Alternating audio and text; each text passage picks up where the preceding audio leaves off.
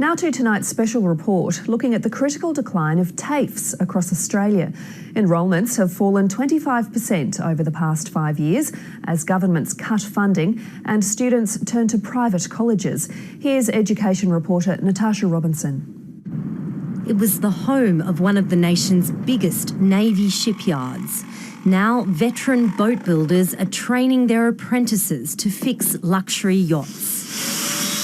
One thing's obvious, whether it's boat building or anything, we need more tradespeople. They're few and far between. 20-year-old Tyrone Blim is one of the new generation training in his dream job.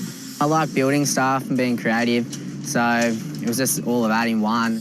This local TAFE in Newcastle used to train young apprentice shipbuilders. Now, students must travel hours down the coast to Sydney for their classes. It's like $20 to get down there and back.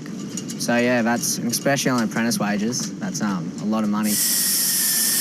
Shipbuilding was just one of the courses axed in budget cuts that have largely hit regional areas. Protests were loud and impassioned as trades training was open to competition under the federal Labor government and $6 billion flowed to the private market.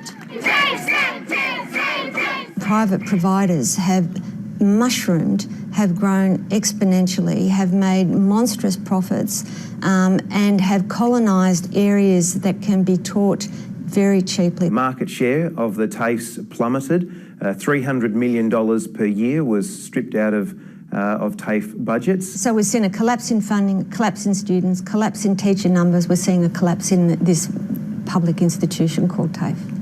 Between 2012 and 2016, enrolments in TAFE declined by 25% nationally. Victoria lost 44% of its TAFE workforce in recent years, mostly teachers. In New South Wales, it was 35%, 25% in Queensland and 17% in South Australia. State governments are fighting to reverse the trends. Newly graduated Machinist Melinda Jeffery is one of the faces of a new Victorian government campaign that aims to restore TAFE's reputation.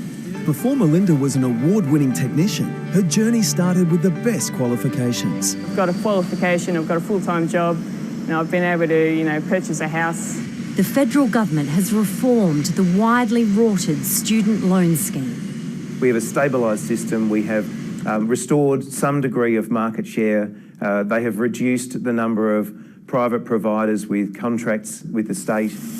In New South Wales, TAFE heads are channeling limited funding to areas of skills shortage, like plumbing, carpentry and building to drive higher enrolments. But critics say it's a system on the brink. It is an existential crisis. That is, the point we are at with the TAFE system in Australia today is a question about whether we want a TAFE system. I mean, the universities are churning out the lawyers and accountants and everything else. The tradesmen, I don't see where they're coming from. A public institution irrevocably changed. Natasha Robinson, ABC News.